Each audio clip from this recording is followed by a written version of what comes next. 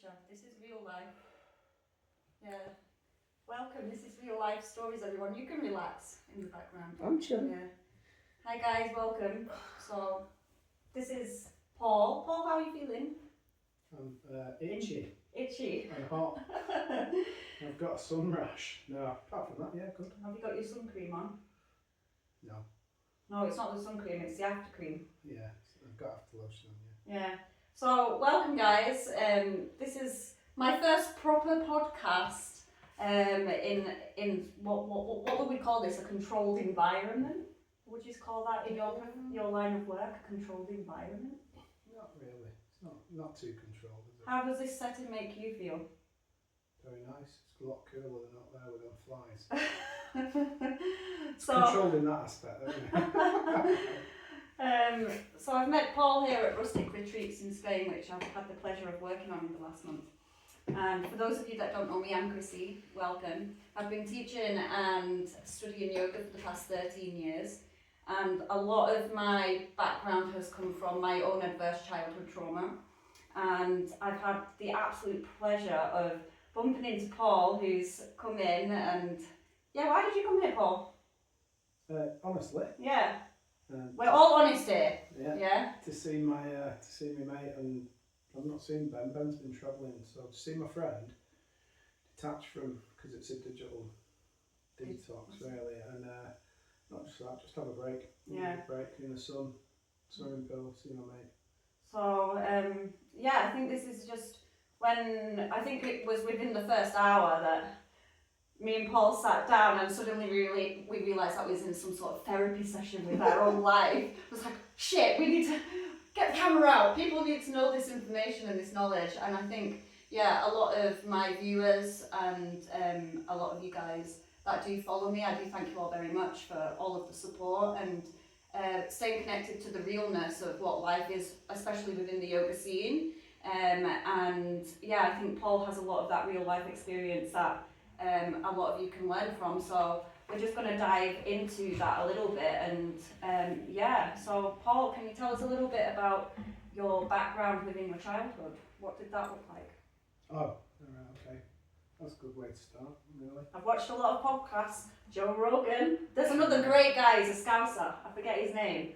But yeah. do you know who I'm on about? Yeah, he interviews a lot of like people who've had past sort of criminal identities. Yeah, it's good. Yeah, and I love the way he starts, and it's always, yeah, like tell me about your background. Childhood was. Where did you grow up? I grew up in South Manchester, Stockport. In England. Yeah. I've got really nice memories of growing up, but I've got a lot of dark memories as well. So, if I started like this, I always wanted to do. I was into dance. I was into music. I was into theatre.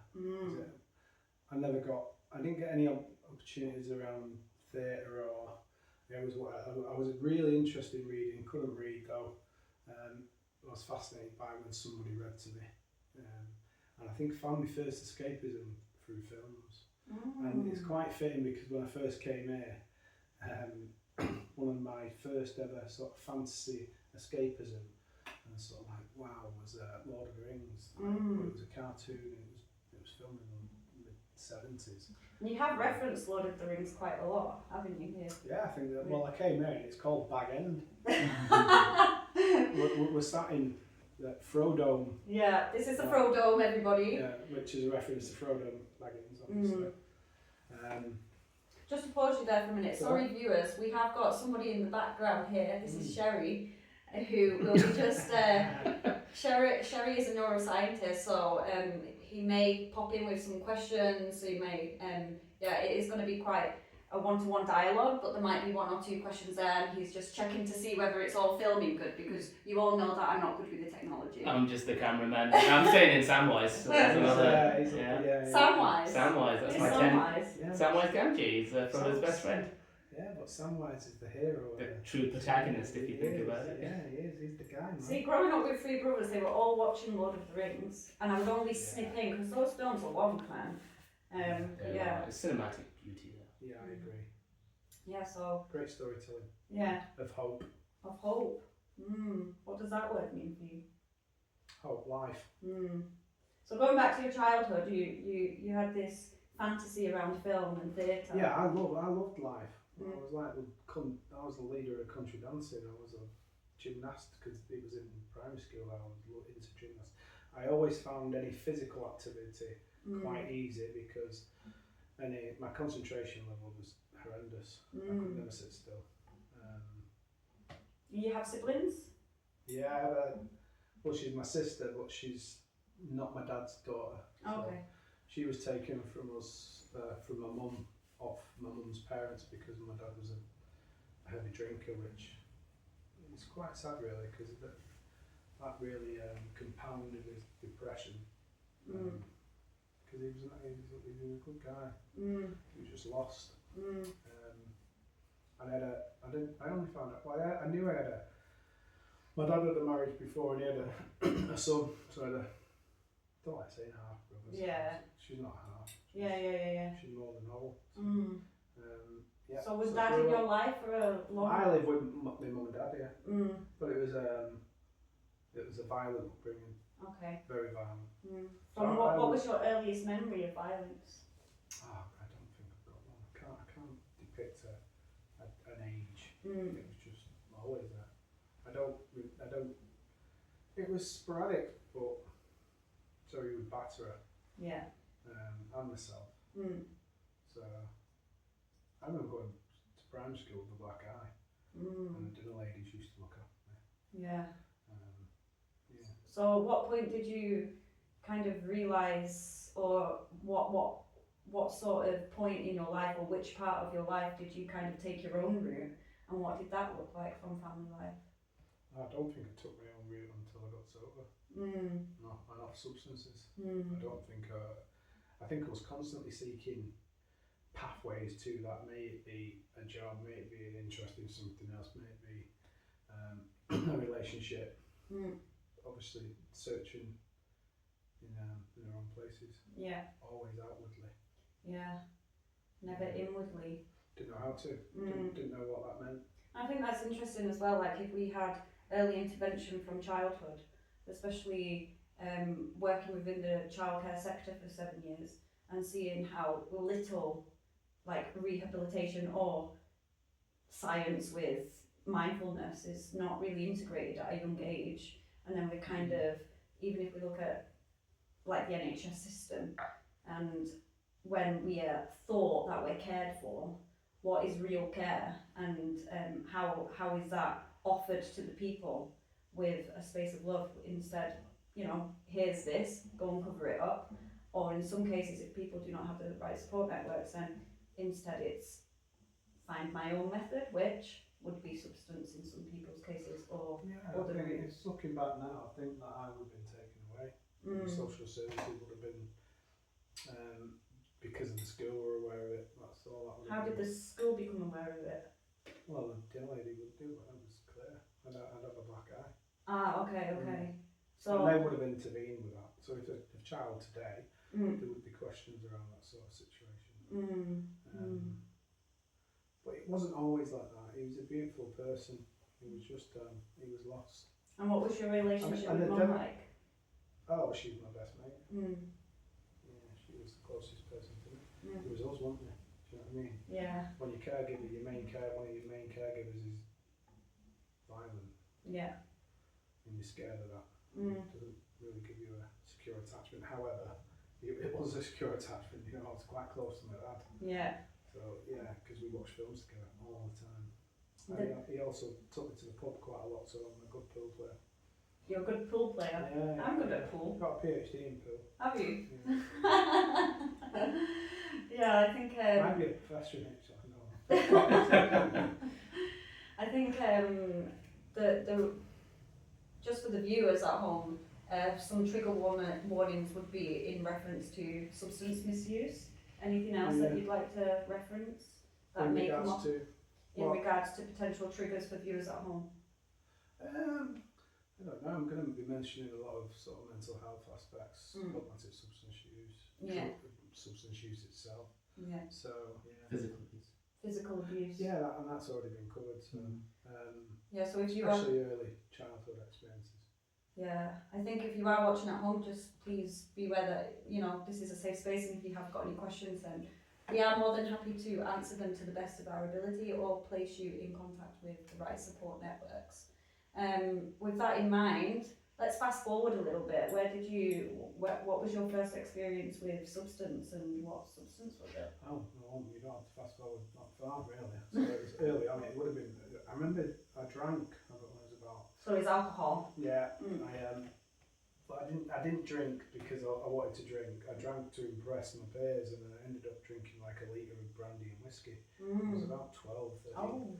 Yeah, so and I collapsed, and I woke up and I was in. Stopped pulling thermia that night because it's not there anymore. And I always remember, because there was a stomach pumping machine. I just remember this big glass thing.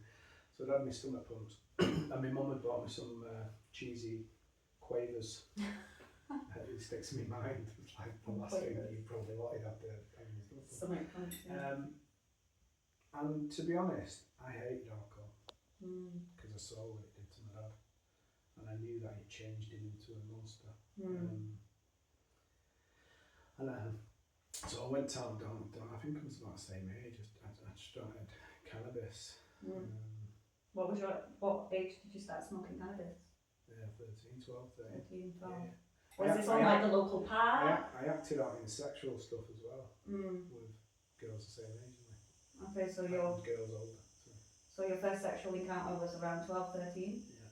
But do you think this is kind of average, like, for the northern life? Because when I moved to London, and you know, I'd talk to friends or whatever, it would become a lot later, and I remember my first sexual experience was at 14, and I kind of thought, wow, is there something wrong with me? But where I grew up, which, you know, it's not too far. It was a game of cards, take your clothes off, that's how it started. It was just interesting. Exploring. You show me yours and I'll show you mine. So you're intrigued by it, aren't you? You know what I mean? Yeah. So I don't think it was anything perverse or I knew I was acting out, I was just exploring. However, with the substances, that was enjoyment. It wasn't escapism. So it wasn't escapism? No, it was, wow, what's this? Wow, it makes you laugh. Whoa, this is great, woo! It was that, which is completely different to my lad. He's had that experience, but so the other week he said,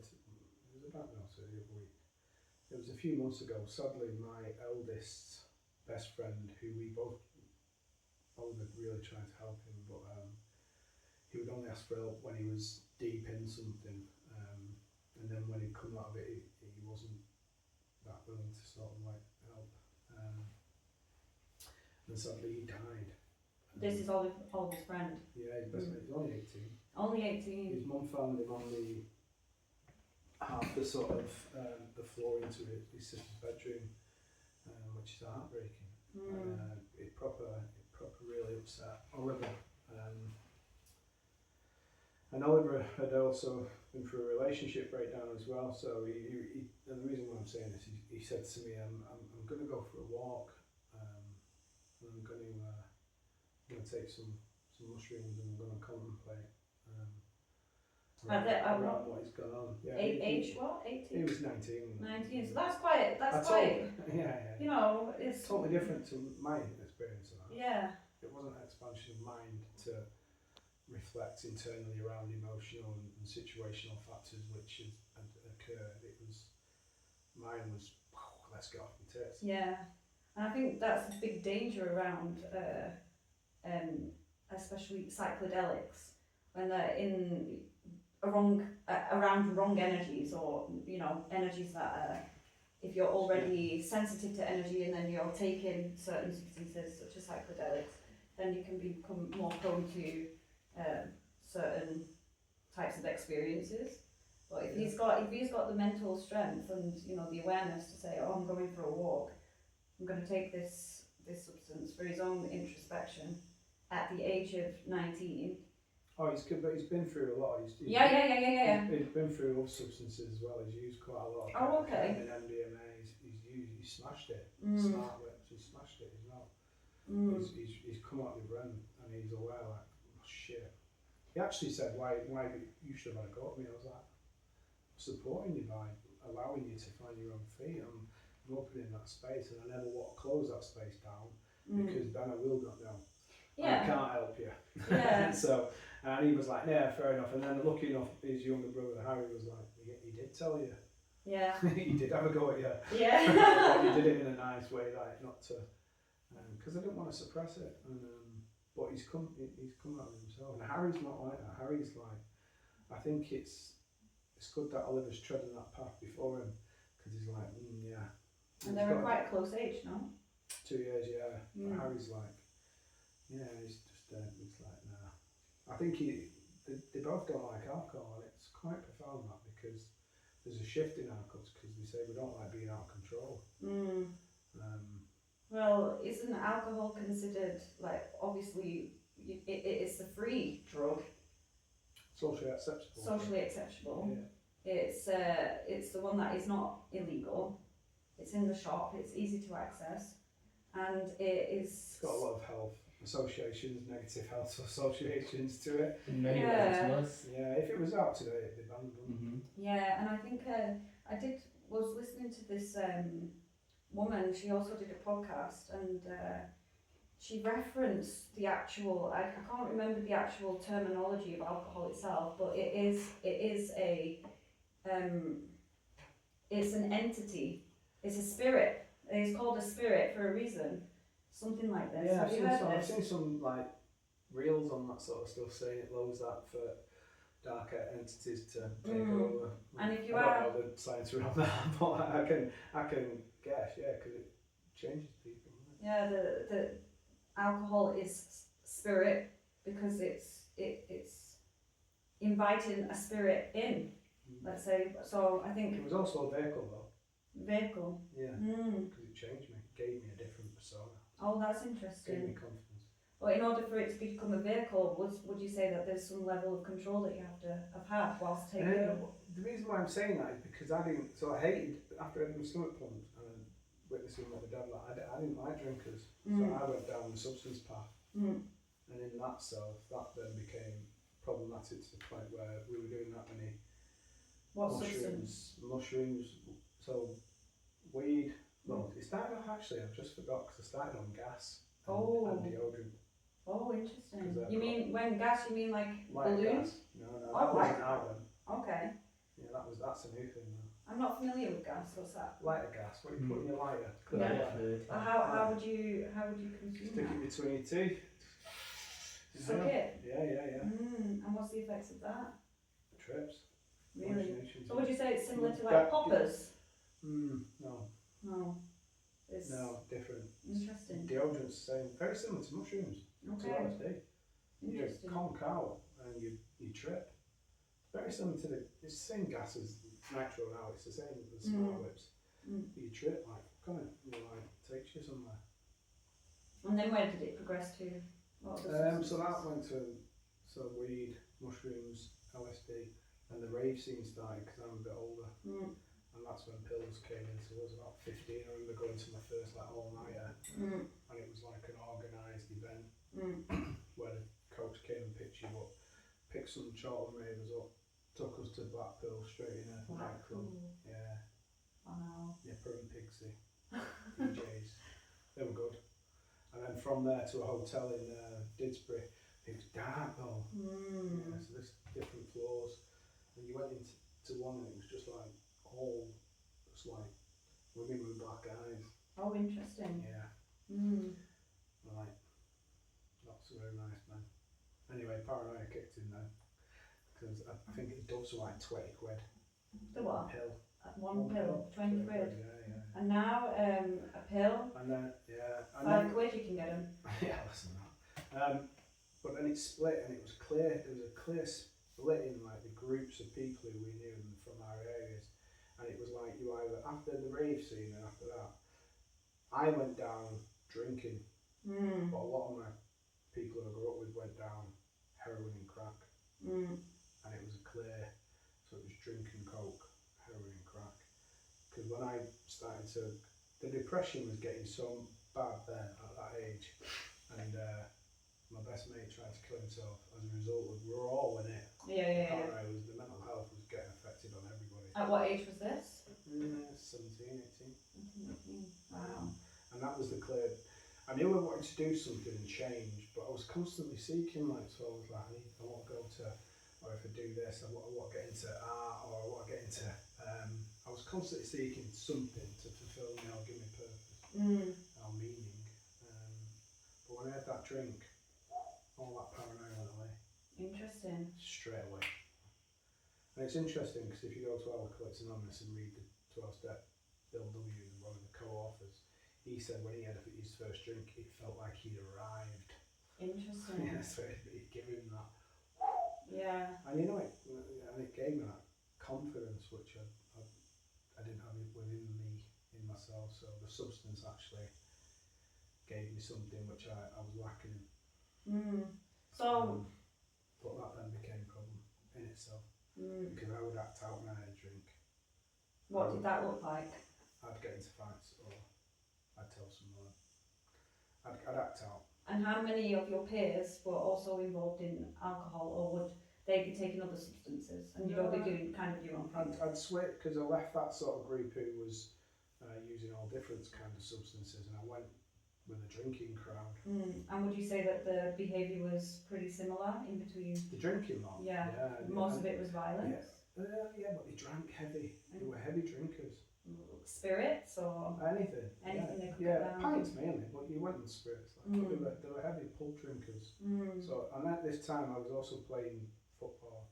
I'd gone for trials, so I was quite good at football, and I went working in the building trade. So that in itself is a drinking culture. Yeah, plus being in the Friday UK. finish, and Monday there was a Monday club because you didn't go in because you were pissed up over a weekend. But it progressed. Around that time, I thought I met this girl and I thought she would change me because it was already problematic, my drinking. Yeah. And I thought she didn't drink, she didn't use drugs. I thought this person will change me. I couldn't think it was a positive. And sadly that it didn't change me. It did for bits and part time, but and then that sadly progressed worse. So all the lies that are around the drinking started to develop into a relationship. In that relationship, yeah. Interesting. Lots of arguments, lots of fights. Can I ask a follow up? Do you mind? Yes, I'm please. sorry. Would you say that it was your upbringing and the trauma that you'd have seen when you were young, more so than the peer pressure and the peer scene that drove you to drinking, or would you say it was kind of a mix? Yeah, I didn't know at that time though. I only started to look into that when I got sober. Yeah, of course. I didn't have any of that awareness around that. I was just in it. So you sought out peers who would enable something that you innately wanted to do. Yeah, it was part of it. It was like any sort of tribe really. It was like a connection to them people. And this tribe was better than the tribe before because that was there was stigma attached to them because they were druggies. You know what I mean? That's a label. Yeah, but there's no label around alcohol. Well, it's acceptable. It's quite common in like AA and sort of mutual aid organisations. Like you become a chameleon because you'll just fit into any. You'll fit. So I was like, I would be like in with the drinkers, but I'd still go and fucking use with the users. So I would just go, which was. I think in terms of your question, like 61% of the population in general have had adverse childhood trauma. Now that percentage rises by 97% for prison inmates. So 90% of inmates have had adverse childhood trauma, and then there's also a high percentage of them having learning difficulty. And then not having the right support networks. Not to mention, after when somebody is released, the percentage and the crime rate, or the chances of reoffending are so high, and I do question whether if there was more intervention in terms of correct rehabilitation, in such as yoga and meditation, or getting into crime and punishment now. That's a big philosophical debate. It's a big debate. Yeah, but I think so I think this is a nice way to, because we can honestly, we can sit here and talk about it all day. We've been talking about this for the last, almost a week now. Yeah. But and everyone who comes has got it all starts from early on. yeah, and for the viewers that are not familiar, I was teaching quite a lot in a lot of, well, not a lot, I was teaching in Pentonville, Brixton and Thamesmead in the UK, and with 2 charities. One of them is the Samaritans, which has the listener scheme, which we're teaching or training inmates to become listeners on the inside. Now there's advantages of that because they obviously get extra time out of the cell. However, not everybody applies for the position because they all want to get extra time out of the cell, but not everybody is accepted because you have to have a certain amount of time left on the sentence. So if you've only got a 6-month sentence, you cannot. Yeah. And then the other part is the Prison Phoenix Trust, which is an amazing charity, and I really highly recommend anybody that is interested in rehabilitation or supporting our work through yoga and meditation inside to do check them out. And I think this is where we can go a little bit deeper, and in terms of what you're doing now with your past experience and how you're using your past experience to help others. Well, it took a lot. It took quite many years to get to that point, but so that spiralled out of that situation. The relationship was getting damaged. We actually, I remember saying that if we had children, that would give me sort of a, not in these words because I didn't speak like this back then, but it would give me more moral responsibility and that it would help me change. But I thought if I become a dad, then I'm going to be better, it'll give me something. It didn't. I was already struggling with life, so trying to have children compounded it, which then fueled my drink. But at the same time, prior to that, I started using cocaine to level the drinking off. Because of, well, I acted out, so when I acted out, it would level that aggression, or just nastiness or inappropriate sort of comments. But the relationship was just getting worse and worse because I was lying, constantly lying. What did those lies look like? So my mum was my best mate, but my mum was also, I drank with her. So my dad, I didn't say this, but my dad died from alcoholism when I was 28. Okay. And I tried to save him. I remember saying to him at that time before my drink, well, I was drinking very heavily and using coke, but I remember saying, Dad, come on, I'll do anything, I'll come fishing with you, or I'll do. And he's like, you can't teach an old dog. You know, he said, you can't get a leopard to change its spots. And it was just, and it was sad because I watched him deteriorate, and I sadly had a major aneurysm. And it's not put down that it was through drinking, but he had pancreatitis for like 12 to 14 years. His stomach wasn't, he was a cider drinker, so his stomach was bloated, and it was like, well, he was a good guy, regardless of all the, I didn't think it at that time, I fucking hate him.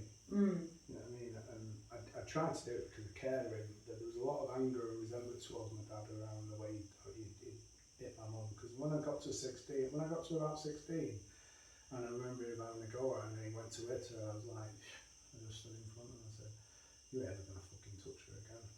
I'll smash your fucking head in. And it was quite weird one day because we were having an argument, and he shouted upstairs, and my mum always says this, like, he didn't bring the knife, he was cutting bread, but he had a knife in it, and I fucking ran down with his bat, and I smashed my head through the door, which was a wooden door, and I smashed because I couldn't hit him. I realised then, because he got me in an headlock and we were like rolling, I realised I couldn't ever hit him, and I smashed my head through this door, and from that day forward he never went near my mum again. He would argue in the battle of like, oh, have you got your back up now? And he'd say that thing where, well, my mum was manipulative. She was a fucker. She still is a fucker. But she's a lovely fucker. But she was in it with me. So I would have an argument with Leanne, fuck off. I would create them arguments on purpose. So I had a justification to fuck off because I needed to drink. And it was progressing to daily drinking this now. So I'd gone from, it was daily drinking anyway. And Leanne was not drinking, she was not smoking. Well, I worked all the time. So I worked all the time, but I would tell myself that I needed a drink to get me to sleep. And then it progressed because I was losing control, as in, then I was lying about it. And then I would sort of ring my mum to say, like, and when Oliver was born, I'll fast forward a little bit, but when Oliver was born, he was like newborn, and Leanne was onto my lies. Like, she's not stupid, she knows me. She could see a change within one can for me. So I'd have to, I'd ring my mum and say, I'm coming with Leanne and Oliver at 2 o'clock. She'd go, what are you on about? Why are you telling me? I'm coming up at 2 o'clock. And this is how I'm coming up at 2 o'clock. And then she'd go, right, I'll put you 2 large whiskies down the back of the cistern behind the downstairs toilet. And she was in it with me. She used to hide a drink from me because I'd get twatted and go out, and then I'd go to my mum's. And I'd be like, give us a drink. She'd be like, I haven't got a fucking drink. And I'm like, give us a fucking, I know you've got whiskey in there, I know you have. And she'd hide it in the house. You watch your head on that, sorry. And she was quite creative because I never washed, I never cooked, I never cleaned. So she'd go, right, after about half an hour arguing with her, she said, it's in the washing machine. But this is what she'd have to do, because that was hers. Yeah. She was already dependent on herself. So I'm coming, which means she has to go and get some more. So mum is also drinking? Oh yeah, massive, sadly. And then we had Oliver, and it was getting tough, and then we had Harrison. And I knew at this time, because I went tapping into services, I was like, I knew I had that major issue. I started drinking in the afternoons. I'd get a line or a couple of miniatures just to take the edge off, and then it became morning drinking, so I'd have to get up. And she used to catch me out. She'd be like, I said, I need to go to the paper. Well, we had Harrison, who was my middle child, and he was really... Excuse the background noise. When he was born, 3 days into it, he was majorly poorly. He didn't pass a stool, which rushed pendleberry, biopsy, bowels didn't work, stoma bag. And I remember going to, and this is where I started to become aware of like that the issues got it gone, because I needed a drink before I could go and see him. Interesting. So it was like the need for that was overpowering the care and love that I had for my child. And Leanne would catch me out, so I'd go, I need to go to shop. She'd go, what are you going to shop for? And I'd go, I need to get paper. Well, tell me what it is and I'll go and get it. No, I don't know, I need to go there. So she's on it. Then I'd go get a drink, come back, and she'd go, where's your fucking paper? And I'd go, fuck! Forget the paper. Forget the paper. I was probably the worst looking person to like, the worst manipulative, dishonest person.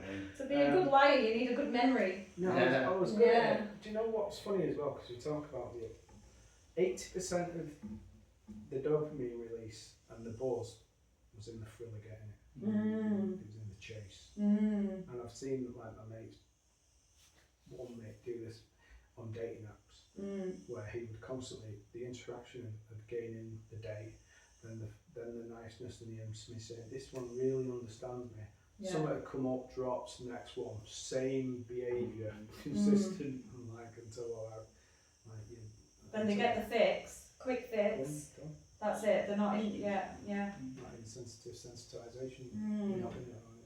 It's interesting. So at what point, at which point when did you first go to your first, did you go to a first AA meeting or? No, there was lots of darkness before. Like it was, I didn't realise until I got sober how many times I wanted to kill myself.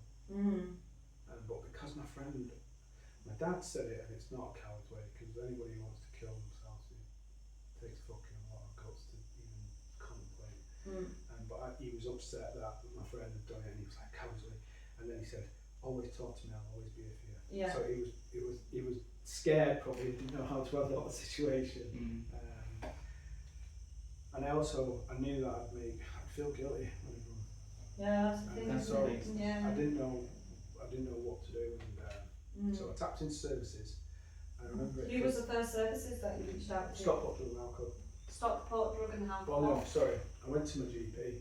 Okay. And they referred me because I was under a psychiatrist, and he used to put certain things in place there. So right, Thursday we'll write down what you're going to do when you get paid. So that's a consultation, along with everything. Yeah. You know, go on, don't have anything left to it. I even give them my bank. So how did you get into a psychiatrist? GP. So you go to the GP for the, so just for anybody that is struggling at home, I think this is, because this is completely new to me, I wouldn't know. It's different for different boroughs though. So even in England it's different. So in Manchester you can self-refer to certain, so one of the big 5 sort of treatment providers is CGL.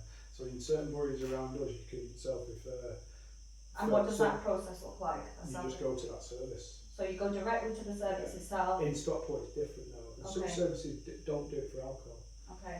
Which I'm not going to go into the political aspects of why the government can make money off providing methadone or Subutex, but they haven't got anything to give you for alcohol or crack. Okay. So it's, without going into that.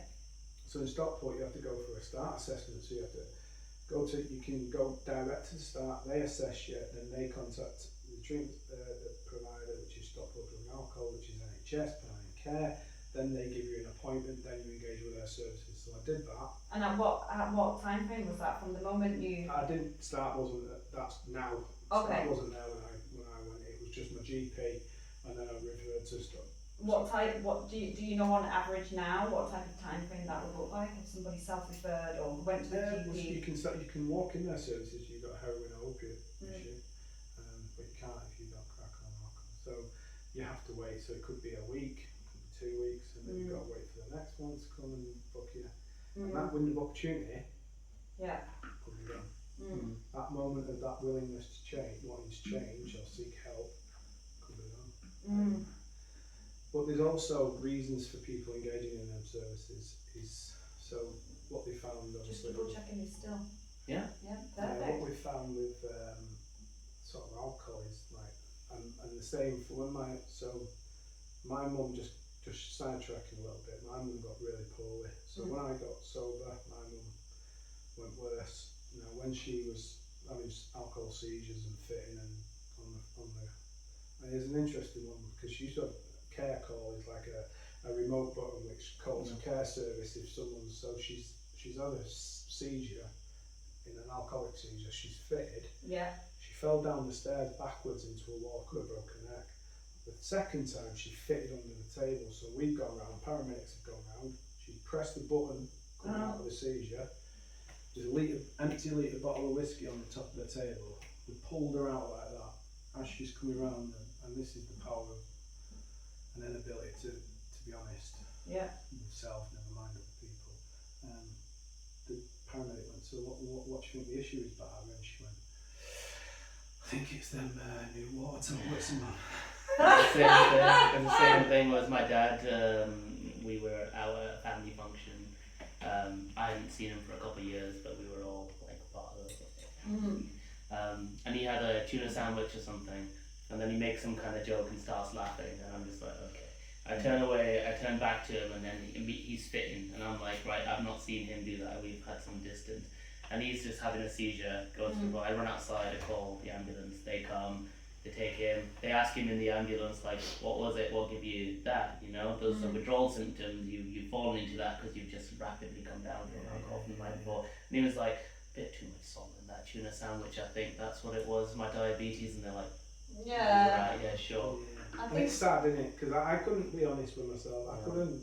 But there's I think there's also the opposite side to that, when somebody is in more of a conscious state of their behaviour. I'm not saying like your experiences weren't, but my stepdad was also an alcohol addict, and he did attempt suicide when he was 15 by tipping petrol on himself. And prior to that, there was an incident when I think I must have been around 11 or 12, where it was the first time that he actually physically assaulted me. And the police were called, my mum did call the police, and he was deaf. So he took his hearing aid out when he knew that the police were coming, and he'd hid it in the bin, and my mum was kind of like, oh, he's threw his hearing aid in the bin. So when the police had actually come, he's like, oh, I don't understand, need a translator, because he knew the consequences of his behaviour, and you know, that that did go on file later on towards a report to say that he was, So I think mentally, I don't know what it was, but. So I think there's a difference there though. Mm. So he was consciously aware, wasn't he? Yeah. So there's a difference. And manipulation. Because there's a lot of people in sort of mutual aid will talk about denial and denial. Mm. It wasn't denial. Mm. It was delusion. Delusion. And then what we're talking about, it's not an inability to probably own it. There's a it's not even an awareness that it's there. Mm. Where that instance, he knows He took it knows. off and he's on it. And that's, I just wanted to clarify that because of the difference between delusion and denial. Interesting, yeah. That's the only one that came out of a delusion. So would you say that your mum was in a delusion? Oh yeah. The So alcohol addict, I would say. Yeah, she was deluded. because you need to be able to, in order to have change, you need to be able to openly say help. Yeah, but And a lot I of think people, it's like that the space, stigma. that window of opportunity. I think you have them moments within it Yeah. where you're in a delusional state, but you'll come to a real fucking hell, I need to give up drinking. Yeah. But that doesn't stay. Yeah, yeah. It goes, it fleets. You convince yourself that that's not and it's not that issue. It's the tuna sandwich. You take water tablets. Ah, And now I'm seeing the picture. Yeah. Yeah. So the they're relationship will sort me out. If I get that car, that'll be right. That Yeah. needs this. Yeah. It's a If cover-up. only this will change, then I will be alright. Ah, It's not. so your mum she's had this experience and then there's this empty whiskey bottle, but instead she's blamed it on what? Yeah, it's playing on water tablet. Well, she didn't. She said, I think it's the water tablet. Tablets. So she's contemplating, but there could be loads of different demographics. That it could have been that she didn't want to tell me. She didn't want to. Social shame involved. Well, also, I think also, to accept or to be open to say help, and I need help within something that is so widely socially accepted and very easily accessible. It's not, it's I think it's a long process. Well, if you admit there's an issue, then you're gonna have to do something about it. Yeah. And if you're interlocked with that as your crutch and your safety. And if you imagine somebody. So what was it that actually? For me, or for you? Just wanting to die really, and not knowing a way out. But it was very strange because I went to my GP because I thought I'm going to have abuse because I'd give the bank card to Leanne and I'd say, right, control the money, don't let me have any, and I tried to jump through a window to try and buy crack. You know what I mean? I had small crack in front of my mum telling her, and then trying to get her on it. She was like, I'm not in that. It had gone dark, so I knew by then. I wasn't in any delusional state. Yeah. I knew I needed help. Yeah. I got done for drink driving as well, and I drove at a policeman. And even in that, I told myself that I couldn't remember that I did it. I used to have this really difficult. So my nickname's Corny. So I would tell myself when I did something really bad, that wasn't me, that was Corny. It's like So Slim Shady, isn't I it? was like trying to shift so I can feel it. Yeah. That was that dark side of me. And very much like Gollum. Would you say Was that? it like Eminem? Yeah, oh sorry, yeah.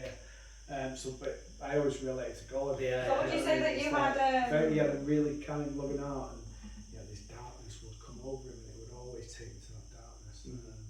So when I how went much to was my that GP, related to psychosis? I was in crack psychosis many times. So when I would dream of things, and it's strange because when I started to, my mum went really bad, hospitalised.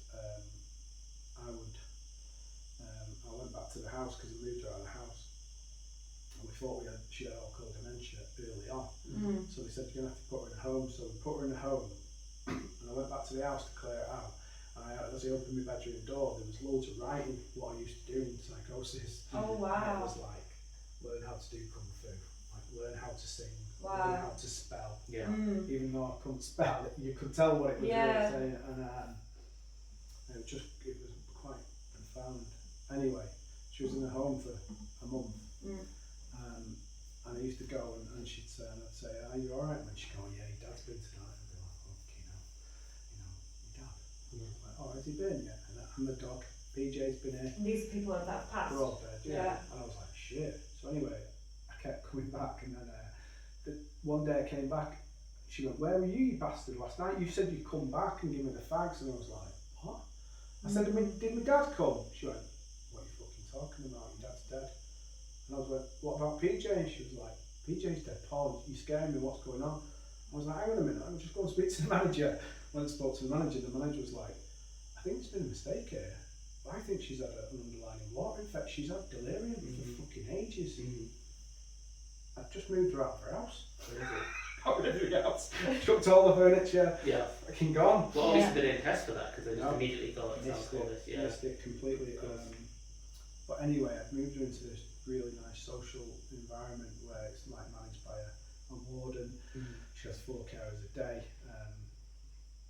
And then sadly, that's when I truly understood the understanding of powerlessness. Because I'd implemented social work, I'd implemented health, I'd implemented diet, I'd implemented social housing, environment. And the one thing that I didn't have control of was the impact that the alcohol had on my brain. So she was then diagnosed with course costs because she couldn't start. And she's still alive today. She was just like with my youngest today, but it's sad because I had to grieve because she was like my best mate. I could navigate like conversation with her and talk about things, and it's not there anymore. It's like 4 seconds gone, 4 seconds gone, 4 seconds bang bang. What else another? So and it's so heartbreaking that because we were together all our lives, and I got freedom, and she carried on. Did you ever feel any, let's say, for want of a better word, survivor's guilt over that? Oh, massive. I started to forgive myself when I understood what I had power in and what I didn't, and what I had capacity in and what I didn't. And then it's a biblical term what Alcoholics Anonymous use, and that, and it's like, God grant me the serenity to accept the things I cannot change, the courage to change the things I can, and the wisdom to know the difference. And that's about power and understanding where I am. So I understood that, and I didn't feel any guilt towards what I did, because I knew that I was also lost, and the forgiveness towards her, because I had a lot of resentment towards her allowing my dad to batter me. Why would you do that? So, but I understood she didn't have any fucking choice, you know. It was a big one about reading and writing, right? And Mum couldn't read and write. You know, why did you never read a story to me? It's because she couldn't fucking read, you know. And I remember growing up as a kid, and my birthday card was wrote by Sue, who was next door, not Mum, but neighbour. You know, like, I knew my mum's writing. But forgiveness is a large part within, you know, yoga philosophy, and I'm pretty sure it's a large part within the. Well, I think it should be in everything. And that's where a lot of people get stuck, because you know they'll have these attachments to memories, places, things. Attachment is not just to people or possessions, but also the attachment to situations that have happened in our life, and the only way we can really become free of that is the forgiveness, and it's a lot. Yeah, but I like to see it, me. I'm very analytical, and I need things to be explained in a lens. So that's why I like 12 steps. Psychological aspects. So can you tell us a little bit about the 12 steps and what that involves? And I like Buddha's take on sorrow. The uprooting of sorrow is based on attachment. So you need to see. You need to see where the attachment is in order to be able to let something go. Yeah, because desire leads to greed, greed leads to suffering. Yeah, well, not even that. Sometimes you can see it, but you still in the process of letting go of it. So just because you're aware of it, it's fucking going. Sometimes it can. Sometimes it's worse. It's far worse. That's what I'm struggling with. That in the present is letting that. Why am I actually struggling to let go of this? Well, that term as well, and I think this is really useful for yoga teachers watching, because it's a term, and you made me so aware of this just yesterday at dinner, at breakfast, which in the yoga scene we are constantly saying this word, let go, let go, let go.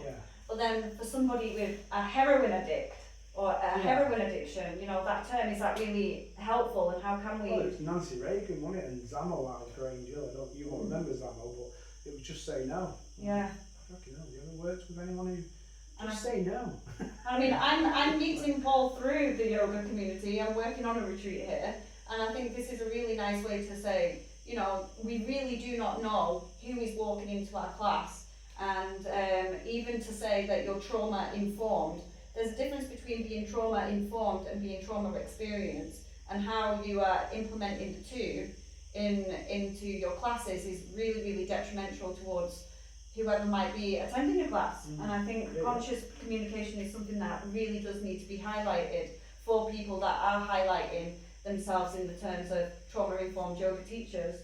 Please, let's rephrase that, and in these terms, massive hit on the Everything's head. trauma-informed now, isn't it? Everything's trauma. Everybody, It's a we've big all buzzword, gone I through think. trauma. Yeah. Yeah. Yeah. But yeah, like It's nice to have that put yeah. in there, But I it's, think it's a quite a massive area. when I'm accepting applications for the Kenya Community Yoga Project, we take on volunteers for volunteers to come out to Kenya and teach kids yoga. We get applications literally this long from yoga teachers stating all of their 300 hours, 500 hours, Kundalini this and this. Okay, but what's your life experience and what can you bring to the table that is actually going to have a massive difference? And that's how I got teaching in the prisons as well. The Prison Phoenix Trust, they only do a teacher training once every 2 years. That teacher training is based upon keeping yourself safe, safeguarding, correct terminology when it comes to behaviour and language, how to deal with sex offenders, looking at adverse childhood trauma, and You've sort of like, there's just a few demographics of that trauma-informed sort of like understanding, isn't it? Yeah, but that, I only got accepted for that application because they were particularly interested in people with life experience, and because it's relatable. That's a key factor of because Mate he talks about like they don't like the language used like addict, alcohol, and to be honest, I don't like labels. I don't like them at all. I think it's to me at the end of my thesis I argue that it's like mental health. It's not even. It's to everybody. There's some recovering academics here who write 500 papers and you've like abandoned your child while you're doing it, and that's a joke obviously, but I just think it's sorry guys if I keep moving around, I'm really hot. We're in Spain. It is it's 32 degrees outside. Sorry guys, obviously, in London. I'm an Englishman who went out with like coconut oil, which is absolutely ridiculous. You're getting a nice tan though. A white Englishman. Not quite. Not well, quite. good Just get that across. So your first experience, like in a nutshell, because we are a little bit conscious of time, and I think. Tell us about the 12 steps. What does that look like? Well, the reason I went to my GP and I wanted to, because I knew this issue was massive. I was causing mayhem. I was turning into the person who I hated the most, and that was my dad at that time. And what he'd done, I was him. I was doing exactly the same. So I went for an abuse, and I was honest. And there was a moment, there was a turning point, and I'm interested in turning points, significant points. And she was lovely, this lady, Dr. Murray, and she said, so you're here for an abuse? And I said, yeah, but the issue is, I'll tell you that I'm going to take him, and I'll tell me now, when I get outside, I can't trust my thinking. And she went, have you ever heard of Alcoholics Anonymous? I went, I've got a therapist. A psychiatrist, and she went, it's not psychiatry. She said it's something different, but I've got personal friends who have gone through this process, and it's helped them out. And she gave me a leaflet, put it in my pocket, walked out. I turned left, went to the shop under the flats and bought a can of white lightning. Because at that time, and it's very sort of cliche, that was the only solution to my life problems at that time. It was the only way out for me. And it was the only thing that gave me a sense of ease. But in that same sense, it released the beast. I thought it was giving me ease, but once I had one, and I know I've never seen evidence for it. I know it does break down alcohol differently in your body, but I've never seen it like, because in AA they talk about a physical reaction to that, which I understand as a physical, like once I had one, I really struggled with not having the next, but it didn't just do that, it shifted I went from feeling absolute shit and like scared of looking at someone on the side of the street to like, what the fuck are you looking at? And it was that then, and then to keep that up, then I needed another drink because I dropped. But in itself, I would ultimately drink till I won't go home, stuff like that. So that continued then, and it took me to the following week, and I think my mum and Leanne was pregnant, heavily pregnant, and she was knocking on this crack house door with me and my mum on crutches. She's pregnant, and I'm like, shout downstairs, fucking tell him I'm not there. And she's like, tell him, I fucking know he's in there, this is his fucking van. My van's parked on the drive. And it was the weekend after that, I went into, because I always remember Leanne would find me at my mum's, and I remember this loving sense that she was waiting. My mum was trying to wake me up, and Leanne was like, she's like, get up, you're going to be late for work, because they propped me up. Yeah. They'd enabled me to continue in a sort of function. They needed to let me fall. Yeah. And I remember her shaking me, and she's like, you're nothing, you've let her down again, da da da da. And I remember Leanne saying, Barbara, he's not doing this on purpose. And it gets me this. She said, God bless you, got in the first podcast. She said he's poorly. I remember because I was awake, but I couldn't wait. I couldn't show him I was awake because the shame and the guilt I felt around that. Because that internal that I'm not a good person, and if I and this comes into trust. Because the first person I ever trusted, I struggled with that because I thought if I tell you who I am, you're not going to like me. Yeah. And it's that rejection and that abandonment. Especially as a man. Yeah. It shows that. And a provider. Like the big thing was the first time I held my dad sobbing. This was after years of us not being in contact, and I went to go see him, and he had been drinking the night before, and I just saw him like passed out, and came up, and I was like cleaning the house around him, and then he wakes up or just has some notion of the fact that I'm there, and then just starts like looking at me, and he's just like, you're disappointed in me, aren't you? And I was like, I'm not disappointed, I barely know you, we don't really have that much space, I'd like to get to know who you were. At that point I was feeling a little bit better about like some distance. At that point he started sobbing uncontrollably, and his words that he kept repeating like a mantra were literally just, I'm shit, I'm shit, I'm fucking nothing, Sherry. And he was sobbing into my arms, and I'm trying to tell him, no, you've had a hard experience, I understand, I really do. Like I wasn't about to sit there and say I understand because I had it from you, because I don't want to say that at the time, but he had it from his dad. It's perpetual. And that's seeing your dad as someone you care about, and it brings it home that it's like they're poorly. Yeah, of course. I think when there's everybody that cares about you and they see a loved one, when you're in a state of the state, I cannot put it into words because I've not had the experience myself. But to be on the opposite side of that, where you're not quite awake but not quite asleep, and then hearing. Well, it's like that. Did that change something? Well, that's why I went into narrative life, because I was really interested. How's the camera rolling? I was really interested in that self-talk, that self-monologue, really around, because I didn't need anyone to condemn me. I was already condemning myself. The voice inside me was innate from a child. And even when people were telling you the opposite, you would still just tell yourself, well, I didn't know how to take a compliment anyway. That's the problem. Someone to tell you something. It took quite a long time for me to be able to be having the affirmations spoke about. And that's the root of depression, which has led to everything, isn't it? It's being I mean, I think that can get a little bit like controversial because I am coming from an Ayurvedic background, so when we've had a lot of conversation this weekend about where symptoms come from in terms of an Ayurvedic perspective. So I think there's a lot of factors that we can go down and we can kind of narrow it. But I just really want to get down to your experience. Nicotine addiction. Nicotine addiction. 12 years off and like this. Some good research into nicotine. I don't know about the rest of the chemicals. No, anyway. Oh yeah, I was like really, really particular. Where was I? We was in this state. So I was in a very dark place, and it was quite profound because. I'm just gonna keep one eye because we have a yin class. Yes. Oh, okay. We can keep rolling for at least 30 minutes. Okay. Yeah. Well, that's a nice one. How long do you want your episode to be?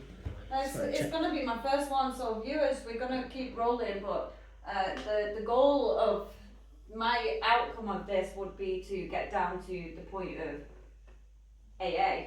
And you like yeah, that? this is Philosophy. yeah, because there's a lot of wisdom within. I think my research is better than mine. I think when me and Paul was talking about around the pool. Sorry if you've not got a pool at the moment. But yeah, we haven't right at this moment. I think that was what really connected us in the first place, because we was going so deep with the philosophy. Yeah, I think the reason for this discussion is just giving it context. Giving it the context. Understanding of how that then was beneficial to me. Yeah. So it goes straight from now. So I remember my mate ringing me, and he gave me a question. He was like, the room, I was in this warehouse and the massive roller shutter, and I can just remember the walls coming in on me, and it was like a vibration of a boom. You know, if you've seen Lord of the Rings, when the wraiths first come on it's like the tunnel narrows.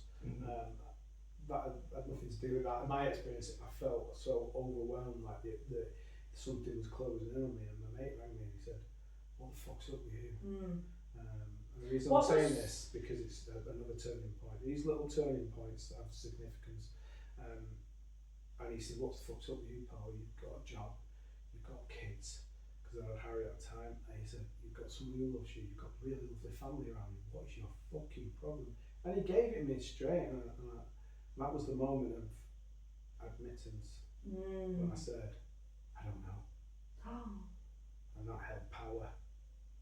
Because then I thought, right, I need to do something about this, and I rang AA, and this woman spoke to me in a way that I've never been spoken to before.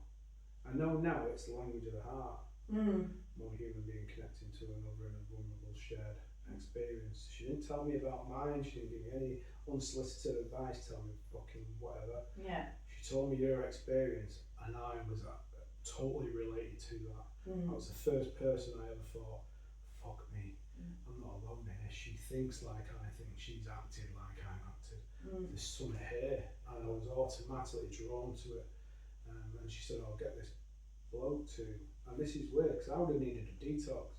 That was the Monday.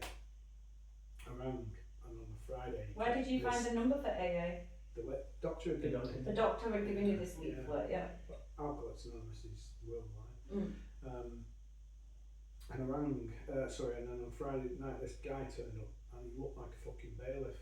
And to be honest, at your home, I didn't trust no fucker. Yeah. Like, honestly, I fought fucking people. When I was, he was such a loving guy, man. Yeah, the only time it was like a bailiff or someone running, and he was a fucking beautiful human being. He spoke about fear, he spoke about the boogeyman. I identified with this constant impending doom which AA talks about, and I know that because it was a constant something bad. I used to think to myself, right, if I think of the worst outcome, then that's a positive.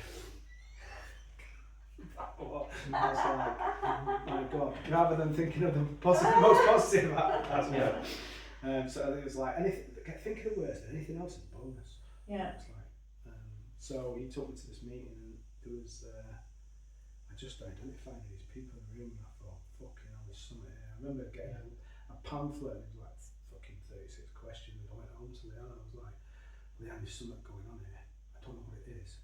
But I managed to stay 5 days off a drink, and then this reignited it. So I was like, "There's something in this. I don't know what the fuck it is." And I went, and I've ticked all the questions, and she went, "That's not good." She was like, "That's not." It was like I passed an exam. Yeah. She was like, "Yeah, that means you fucked, really." But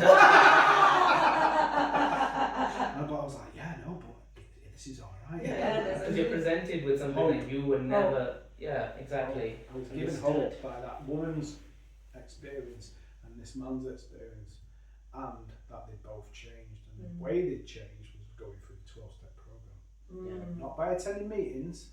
That's a very good tool as a social connection. Because I used that every night as a safe space. Because life didn't change. I had 2 fucking kids. I had Leanne having a go at me. Because I was still avoiding responsibility. Because I was then fucking codependent on fucking meetings. And it's only until and then looking up in a meeting, someone approached me and he said, what do you think to the meeting? And I was like, people just keep saying coming to the meetings is good enough, but and he went and he shook his head and he went and he said and I said, but someone's telling me to read the big book, and he said well, you go through it and he explained it, you go through it. He read me a bit, and he read me a bit of the doctor's opinion, and I just resonated. And I said, will you help me? And he went, are you sure? And I went, yeah. And he went, okay, here's my number, give me a ring, and we'll meet. And he met me every week.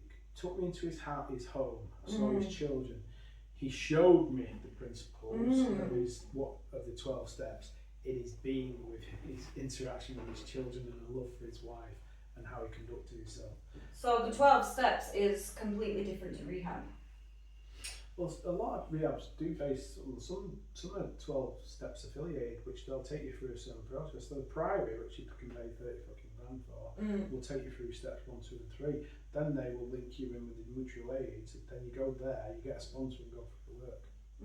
You can still have one-to-one therapy, you still have counselling, but essentially I think it's also free. we came to that understanding when also, I'm not an authority on AA and 12 steps. This is my experience. From my background with friends and whatever who have gone through similar experiences, I always had this assumption that the 12 steps was rehab.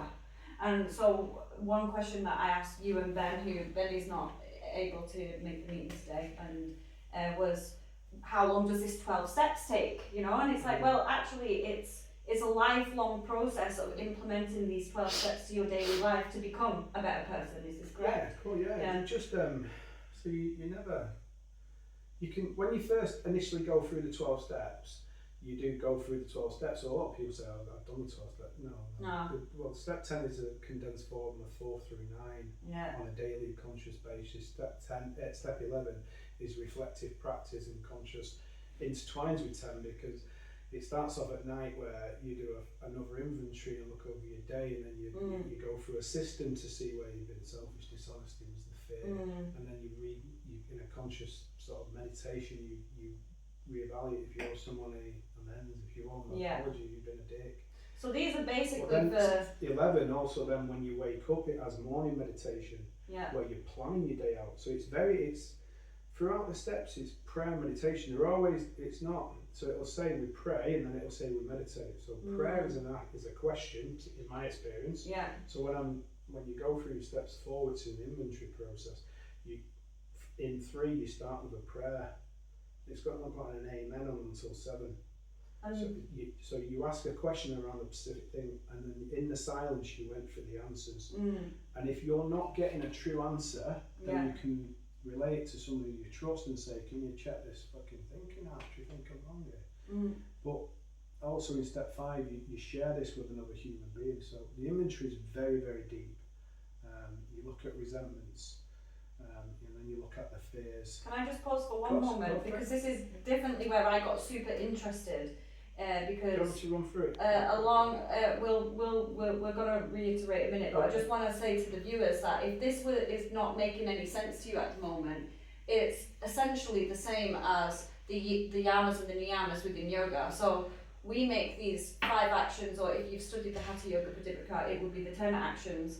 I'm not going to steal, lie, I'm not going to be possessive, I'm going to be limited within my sex, I'm going to be truthful. And then in return, I'm going to receive 5 things in return. And we know that these are not something that can be taught in a 21-hour teacher training. That training essentially is to equip you, and then you place it into your life to live more of a righteous life, which is how I understand the 12 steps. Yeah, it's initiation, it's the beginning.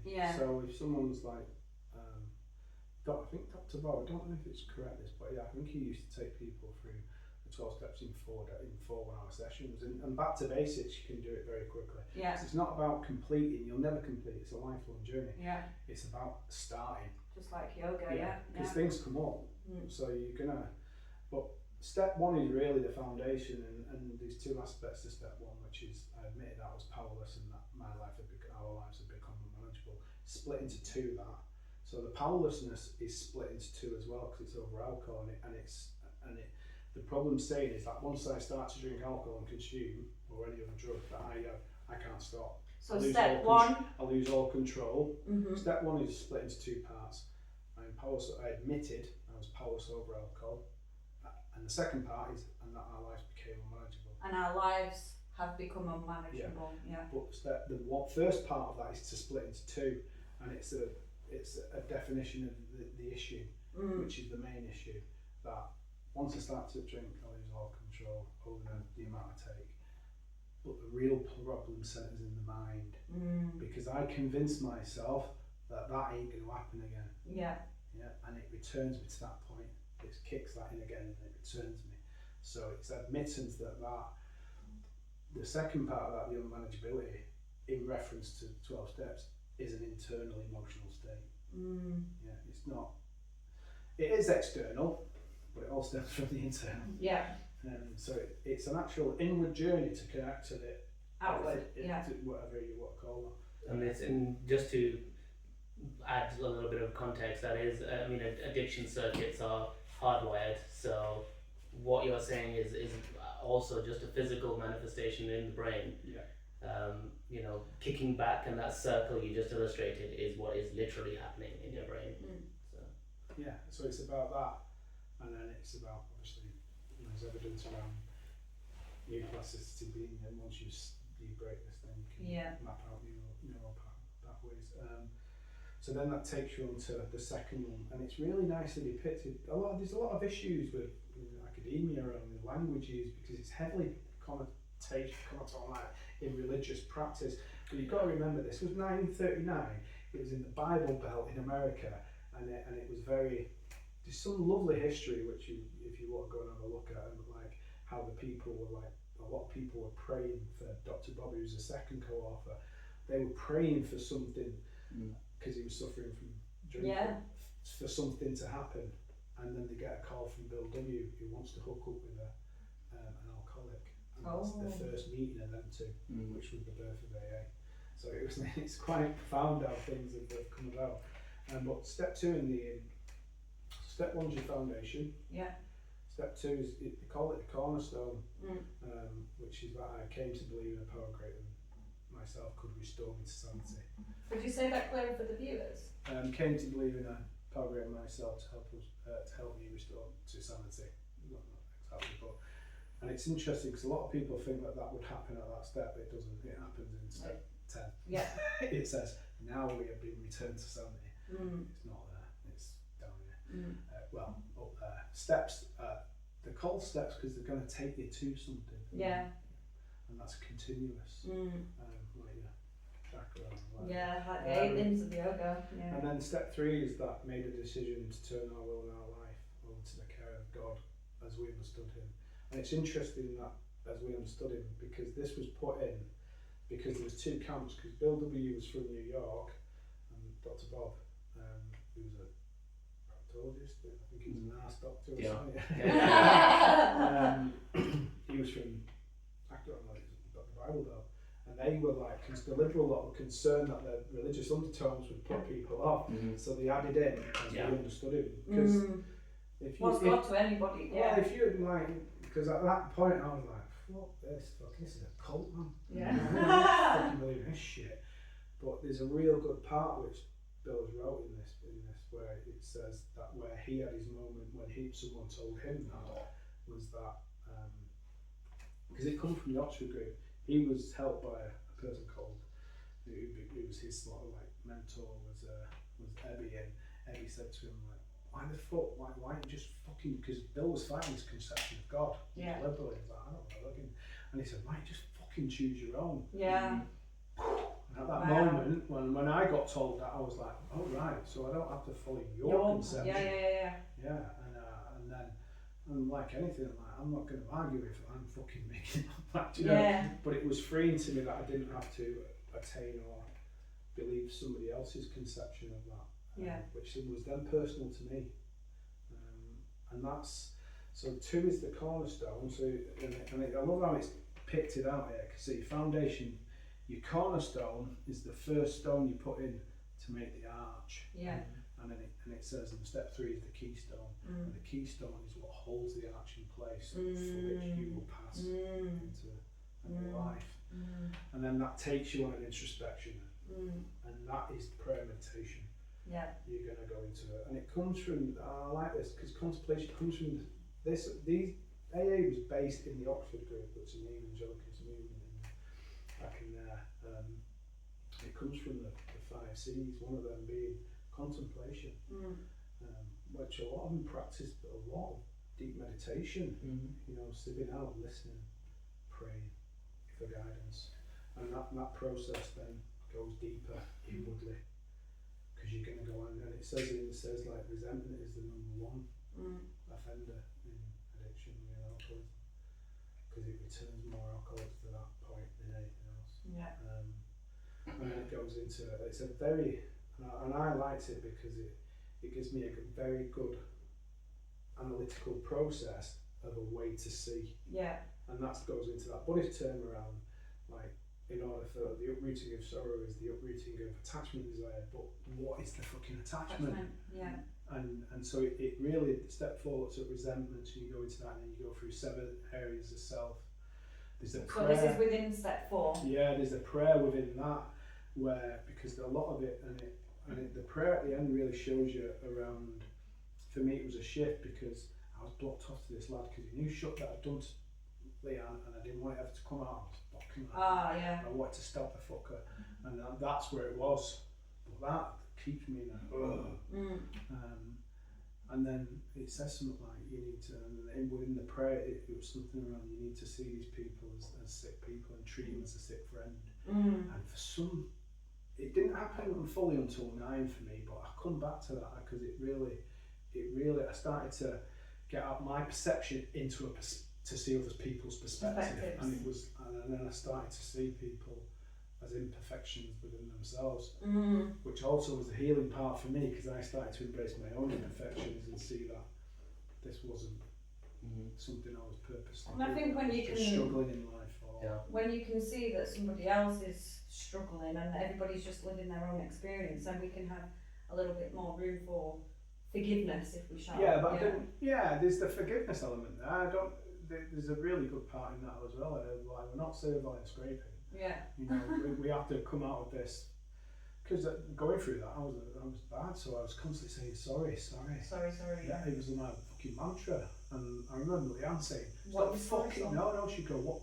Stop saying fucking sorry and change." Oh. Yeah. But I didn't know how to change. It's the same thing my mum would say to my dad, as a frustrated person. Yeah, she'd had enough. I would say sorry is a fucking lip service. Yeah. There's no action. I need to see the change, Paul. Yeah. Like, you keep promising me all this, but you're not doing anything about it. So take us through step 4. So resentments is the #1. So you go down like the resentments, who's it at, but you have to be specific around context if you want to do it quite deep. Yeah. So I just put Leanne and gave it to my sponsor, because a sponsor's role is just to guide you, to show you how to implement them principles in your life. Not a fucking life coach. Yeah. And there is issues which are having certain elements of this where people then become in a power dynamic, and it's like, well, my sponsor's still that, and I'm like, tell them to fuck off, man. My sponsor was there to bounce something off when I was unsure about something. So he was trying to teach me how to get my conscious contact with his power, which then I seek that divine intuition guidance. Yeah. So when it says about we turn our will and our life over to cares, will is that if you write a will to someone, It's contract. So it's a direction. So if I was telling my lawyer to give my will out, I'm giving him direction to do what, and then our lives is my actions. But it says, because a lot of people in the sort of 12-step stuff, I hand my will and my life over every morning. I'm like, what the fuck? It doesn't tell you that at all. It says turn. And I got this, he's a minister now, Danny, and he's brilliant, because I used to go to book studies because I couldn't read. And so I'd just say, what does that mean? And he'd stop and he'd teach me. And then, because you read it out. And the level of that was because I tried to read something, and I'd count the people in the room, so I knew which paragraph was going to come, and then I'd get here, and that fucker would read too. Pass! But he said, whatever, you erode your memory. Oh, we're going to turn. To turn direction means your direction's always got you. Your thinking has always got you to that end point. Whichever way you went around it, set, fucking money, car, house, whatever, relationship has always brought you. We're going to seek new direction here now, and the way we do that is we turn through 4 through 9. Yeah. And that's through prayer and meditation. So fifth one is?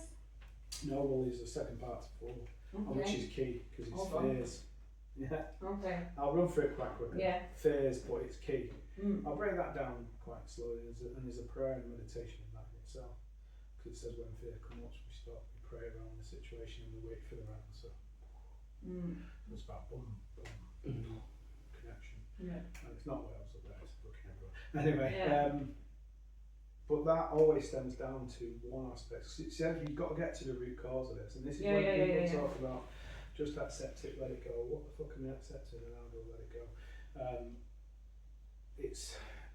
Basically all that every resentment has an underlying fear. Yeah. And the underlying fear is always resulted in 2 aspects. It's either something I'm not going to get, or it's something I'm going to lose. And that anxiety and that upset and all that is always rooted in them 2 elements. Yeah. So when I mirror that into my life, when I'm agitated or someone's fucking, I can see exactly where it is. It might be difficult. Someone might be transferring to a parent telling through somebody else telling them what to do, and she resembles that parent or whatever. But this, by seeing this way, I can normally navigate to that point of, like, hang on a minute. The reason why I'm indignant in this is because, like, she's not living up to my expectation. Yeah. But anyway, she's not supposed to. Well, I'm placing that fucking expectation. So it really does. And then there's another part which is sex conduct, where a lot of people. Sex conduct. Yeah, which a lot of people think that it's got something to do with like you fucking bad sex decisions or whatever. It's nothing to do with it. There's an ideal prayer around that. It looks at all your relationships and where it's been self-centered from. Because they put the crux to self-centeredness is our main issue as well, and that's just because it's rooted in fear, and it could be anything, whatever, it's get something.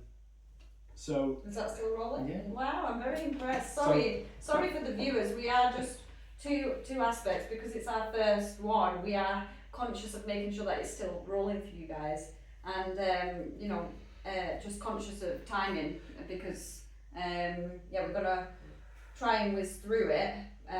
But maybe we do a second podcast when we meet up next. Yeah, we can. But I think that one needs to, I think that one was really important. Sex conduct is. Well, it's the ideal. So what comes out of that process is you get an ideal of, you'll see where the self-centeredness has been, and it's all, this is all focused on us. It's not it's never the other person. Yeah. So it's about our desires, our motives, our self-centeredness, and how that has then negatively acted out in certain areas. Yeah. So within that, after it, there's an ideal prayer which you're gonna meditate on to see what it sieves out, and it shows you what a healthy relationship should look like. You should be considerate, you should be courteous, you should be mindful of that situation. However, we're not servile and scraping, so you start to stand up and be assertive with love. I understand that you've got insecure as heart, but that is like now impacting, and that's my boundary. So it's all about balance. It's all about, the last part to that is really key, because it's a massive, powerful statement. It's a list of harms to others, and that goes into everything, financial, any dishonesty, anything. So list of harm to others is part of step 4. They do it restorative justice. It's part of this was way before. I think it might come from that, but because there's a power in it. There's a healing. Yeah. There's a forgiveness. Yeah. There's, your list of everyone you've ever harmed. The list of everybody you've ever harmed. Yeah, and then so in step 5, you share all that darkness around you. Yeah. With another human being. You can do it with a priest or a rabbi or a imam. I was going to say the wrong word, but thank you very much. Okay. Anyone who you trust. Mine was with my sponsor. Yeah. Because he told me some of this stuff, and I thought he opened that space of trust for me. Yeah. But I was holding something back, and it was only until I actually said it that I felt at ease. Yeah. And I showed him the darkness within me, and he was like, right, brilliant. And I was like, expecting something completely different. And then step 6 is it's continue. it's another that I became willing to. Sorry, that's 8. 6 and 7 are very the end of the prayer of 5, 4 and 5.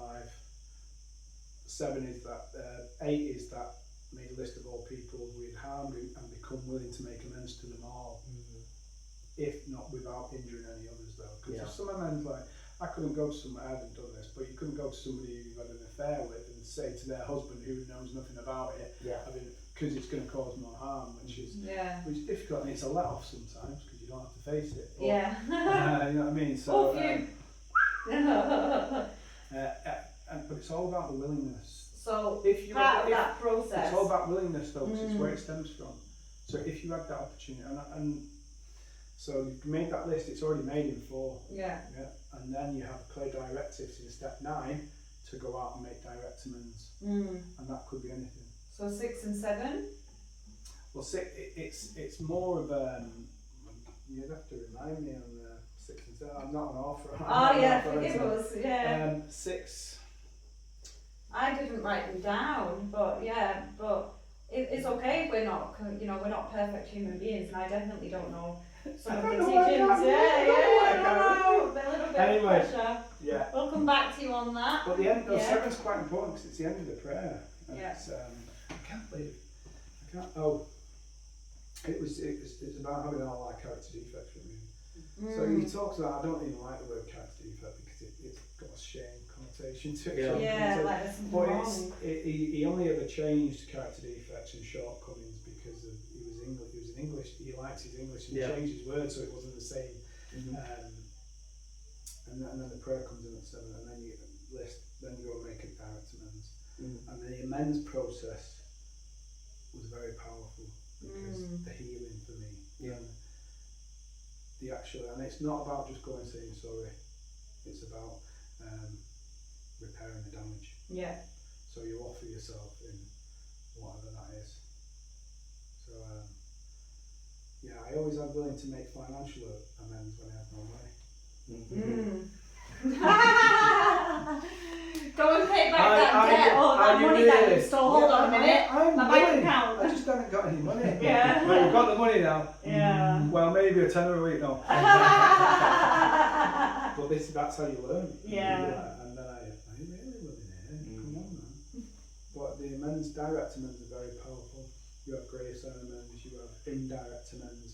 So for people who you could never make them amends if they pass, you could go with grace there, you could write them a letter. Or people, if you stole from and you ever can't repay that, then you do it in kind. So there's 4 different. So 3 7. And then 10 is a daily conscious application. We continue to look out for theories, and when these crop up, we ask God to. 6 is we ask God to remove all our character defects. So 10 is if I notice that these are popping up again. 10 has a paragraph like that, and it is steps 4 through 5, and 6 like that. And if you can just break down the language, it's 4, 5, 6, and 7, 8, and 9. It's everything. And it's a principle. It's a set of principles which you consciously do all the time. So you watch out for fear and resentment. When these crop up, we ask God to remove these at once. If we have harmed anyone, we make direct amends whenever possible. And it's I'm not saying it too much, but it's a key. That requires a lot of consciousness now. It's meditation. And awareness. Because it's not like you're like white knuckling it. I'm going to get angry a bit.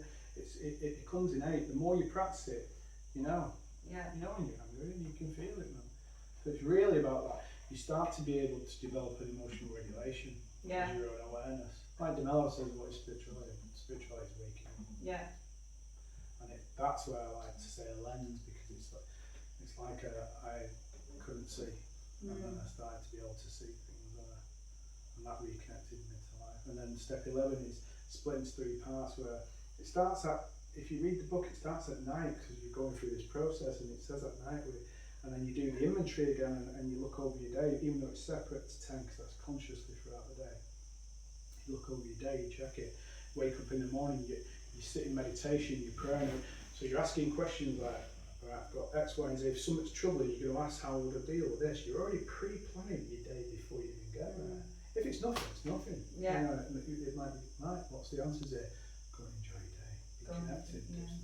And then it says throughout the day, when agitated, we pause, we reflect, check, what's going on in it, right? And then step 12 is we continue to carry this message, still suffering alcoholics, so it's about carrying that on. But not in a like, I must go and fucking drag everyone in off the bar stools, you know what I mean? It's like, You do position it, but that's in meetings. Yeah. I'm lucky enough, I practice these principles within my practice, so it's not something that and then there's like some people in certain fellowships who say you can't get paid for it, but they need to read the history, because Bill and Bob wanted to open a hospital and not sell the book. That's why they got them, made the book. They wanted to make, and if you're serving someone, you know, well, we don't have any nurses, we don't have any doctors, we don't have any social workers. Exactly. Get a grip, man. You know? Well, people definitely, like, the people that need you find you, you know, and I definitely think that there was a reason why I wanted to have this conversation with you broadly and publicly, because I definitely know that there are people within my personal life. Just 2 weeks ago, a friend within the community had an overdose and passed, and she was only 29. And this was just 2 weeks ago, apparently from sleeping pills. But obviously there was some connotation there around whether it was mixed with other substances. Not to mention, you know, the background of like my ex-best friend who I had to take a pause on. And I definitely know that a lot of my students and my following that connect with me because of my openness with real life. And I know that my personal experiences, which is not a conversation for now, but it was through trust with my teacher and my yoga teacher who was open. I remember going to like one of the first classes, and you know, this is a guy in his white robes in the middle of London, born East London bred, you know, proper geezer, openly talking about his drug experiences through the practice of yoga, and how yoga had helped to rehabilitate him. And I remember thinking, shit, because in the yoga world, you're on a pedestal, and actually, no, that's not realistic. And just to have that one person who I suddenly, like you said with your mentor, and when you first went into those meetings, wow, these people there's something there. I think, I think we can all take away from a lot from this and implement, whether it's 12 steps or whatever, or hopefully you can see a connotation between the links of the 12 steps and the yogic path. And to know that if there are anybody watching, you know. I'm not an authority on this, I'm just sharing my experience. Because my interpretation went deeper than that. So I went off into, I was undiagnosed with dyslexia. I got diagnosed with dyslexia when I was 33, the same year that I got sober. So there was a massive, for me, because through them steps, inadequacy came up massive, with lots of aspects of shame. And it was that I wouldn't be able to read to my children, because I was never read to. So massive fears around that. So part of that meditation was, maybe go back to school and learn how to read. So I went back to school and I chose maths and psychology in GCSE, and then I failed. I always remember Leanne bringing me the results, because she did her English at the same time, and she said, and she started crying because we opened them together, and I was working in a rehab, and I said, why are you crying? And she went, because I passed and you failed. And this is another significant turning point. There was another moment where my vulnerability of my acceptance and admittance that I was flawed, because I said, I can't read, Leon, I need help. And she went, come to this later. And this is why I don't really adhere to like power structure and life coaches, because I was told not to go this path. Would you have to think about ending? Well, I think my research is. I think if there's one bit of advice, I'll add my other podcast, which is you can refer to dealing with my own personal trauma. And where it took me. And how my purpose in life is to help others. I think. And change policy. If there's one tiny bit of advice and one tiny summary that you could give to viewers, or any points of contact, any references, if anybody is struggling, is there anything that you'd like to say directly to the viewers? Air conditions in Good shout. I'm in a tent and it. Oh no. I think have a look at 12-step philosophy and where it came from, and look at, because I think there's been a lot of misguided information around it. It's really deep rooted in prayer and meditation and conscious contact. So what's one point of contact, or can you just find that on the website? Well, on an internet? one of the best researchers in America is William White. He was like an understudy to Ernest Kurtz. Ernest Kurtz didn't like AA one bit. He thought Bill W was an egotistical maniac, and it was only when he started to read Bill's letters, handwritten letters. You imagine this became massive. He would handwrite the letters, and the love he saw in these letters changed his whole opinion on who. But we are going off the topic. William White, if you search William White, his archives have the list of every addiction. It predates, so here's just a key one here. His it's called Chasing the Dragon. His book archives. I wrote about him in undergrad, but these social networks of a combined sort of consciousness predates like back to sort of Native Americans, like, and in their circles where a shared community of like lived experience started to have profound change in people's lives. I am so sorry to like cut it again, right. But I think I'll pop all of the links below with any useful websites, any useful references. I'll also pop a link below if you would like to hear more about Paul's journey on his other podcast.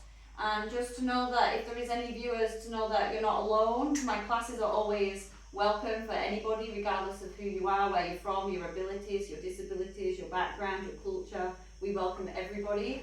And to know that, you're not alone. And I hope that this little podcast was able to touch some of your hearts. And lots of big love to you all. Big love to Paul. Yeah, man. Air conditioning, guys. Air conditioning. We're going to open business. No air conditioning in yoga. Oh, sorry. No air conditioning in yoga. Doesn't align. And a massive thank you here to our good friend Sherry, who's been supporting us, making sure that his phone keeps on top of everything. I hope it has done. The questions. So looking forward. Any comments, likes, subscribes, all of this, you know the drill, guys. I'm not going to advertise it too much, but it'll reach to whoever reaches it. And lots of love. Ciao. Thanks very much, Chris. Cheers.